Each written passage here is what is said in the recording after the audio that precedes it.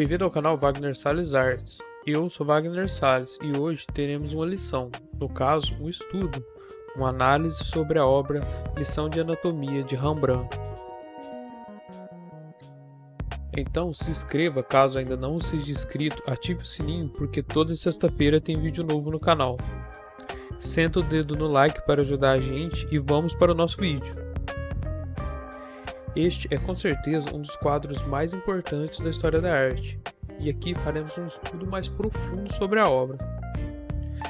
Antes de irmos para a obra, vamos dar aquela contextualizada sobre ano e criação.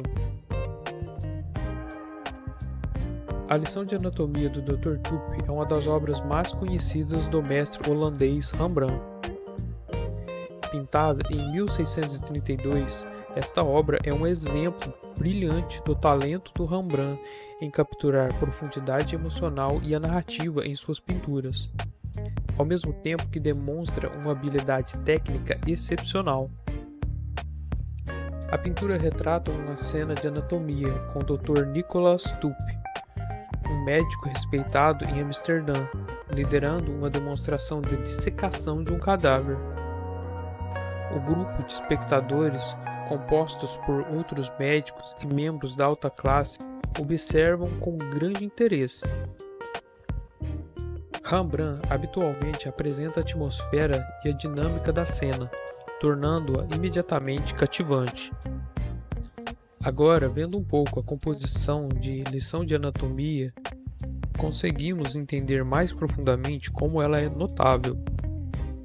O cadáver está disposto de uma maneira a destacar a área a ser dissecada, proporcionando assim uma visão clara do processo. Dr. Tulp, com um bisturi na mão, está envolvido na dissecação, enquanto os espectadores se inclinam para ver a ação.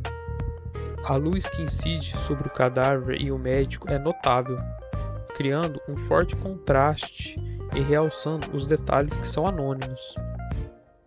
Uma das características mais marcantes da pintura é a forma como Rembrandt retrata os rostos dos presentes. Cada um deles é individualizado, com expressões únicas que vão de curiosidade à seriedade. Isso adiciona profundidade psicológica à cena e nos permite imaginar o que cada uma dessas pessoas está sentindo e pensando. O uso da luz e sombra em A Lição de Anatomia de Dr. Tulp é uma característica distinta do trabalho de Rembrandt, que frequentemente é chamado de claro-escuro. A luz incide fortemente sobre o cadáver e o Dr. Tulp e o restante da sala fica envolto nas sombras. Essa técnica não apenas enfatiza a ação central, mas também indica um drama à cena. A atenção de Rembrandt aos detalhes anatômicos é notável. O cadáver é representado de maneira realista, com músculos e ossos e órgãos internos cuidadosamente retratados. Essa resolução anatômica representa o interesse científico da época e o avanço do conhecimento médico. Além disso, a obra faz uma afirmação social e cultural. Na época em que foi pintada, a dissecação de cadáveres era um evento público e uma oportunidade para a elite mostrar sua erudição. A pintura de Rembrandt documenta esse aspecto da cultura holandesa do século XVI e XVII, mostrando que a ciência e a educação eram muito valorizadas. Outro aspecto notável da pintura é a escolha de cores. Rembrandt usa uma paleta terrosa e pálida, tal como um cadáver é. Porém, na pintura também vemos tons de marrons, dourado e preto, o que dá à cena um tom entre o quente e o frio. As roupas dos personagens são representadas com grandes detalhes e revelam a moda da época. A Lição de Anatomia também demonstra a habilidade de Rembrandt em criar uma narrativa visual. A cena é carregada de tensão e expectativa, e o espectador é automaticamente atraído para a história que se desenrola. A atenção meticulosa aos detalhes e a expressão dos rostos dos personagens destacados para a sensação de envolvimento e realismo. Em termos de legado, esta obra permanece como um dos marcos da carreira de Rembrandt e é frequentemente citada como uma das pinturas mais importantes da história da arte. Ela influenciou artistas numerosos e continua a ser desenvolvida e admirada até hoje. Agora faremos uma breve análise sobre a pintura. Se dividirmos a pintura com uma linha horizontal, vemos que Rembrandt divide os vivos do morto. Mas essa não é a única divisão que ele fez. Se dividirmos a cena com uma linha na vertical, vemos que o pintor separou os discípulos do mestre. Do lado esquerdo, vemos os médicos que são como alunos, os observadores que aprendem com o professor. Ao vermos a tela dividida em 4 quadrados iguais, vemos que um quarto é dedicado apenas ao professor. Isso é importante, pois ele é quem está explicando para os demais. Seu intelecto e conhecimento tomam conta deste espaço. No quadro inferior direito, vemos suas mãos habilidosas trabalhando. Na extremidade da cena, no fundo, os pés do morto.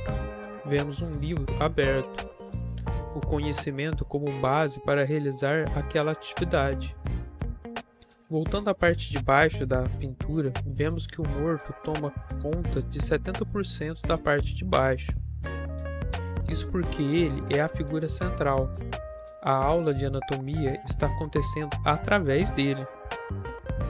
No quadrado superior esquerdo, vemos um aglomerado de estudantes que observam atentos o professor. Rembrandt os coloca no mesmo nível intelectual do mestre. Mas isso não é porque apenas estão observando e aprendendo com ele, mas porque estão vivos. Agora, falando um pouco dos alunos, vemos que muitos mostram um olhar curioso. 3 deles estão atentos, um desvia o olhar. Este homem olha brevemente para nós, mas não diretamente. O outro, no topo da cena, parece com um olhar perdido.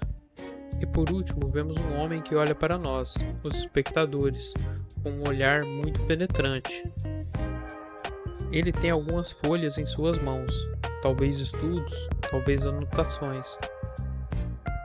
Pessoalmente, me pergunto o que ele quer dizer com esse olhar. Talvez que esse é nosso inegável futuro? Bom, não sei.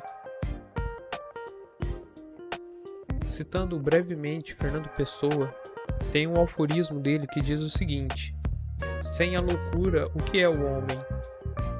Mas a besta sadia, cadáver adiado que procria? Deixe seu comentário, quero saber, você conhecia essa obra? Qual a próxima análise que vocês querem que eu traga aqui para o canal? Lembrando que em 2023 eu publiquei meu primeiro livro de poesia, que se chama Para Quem Nunca Beijou o Céu. Ele está disponível na Amazon, na versão física e na versão digital. Compre para você ou para algum amigo, ou pelo menos indique para alguém. De todo modo, eu agradeço. Obrigado pela sua presença, valeu, um grande abraço e até mais.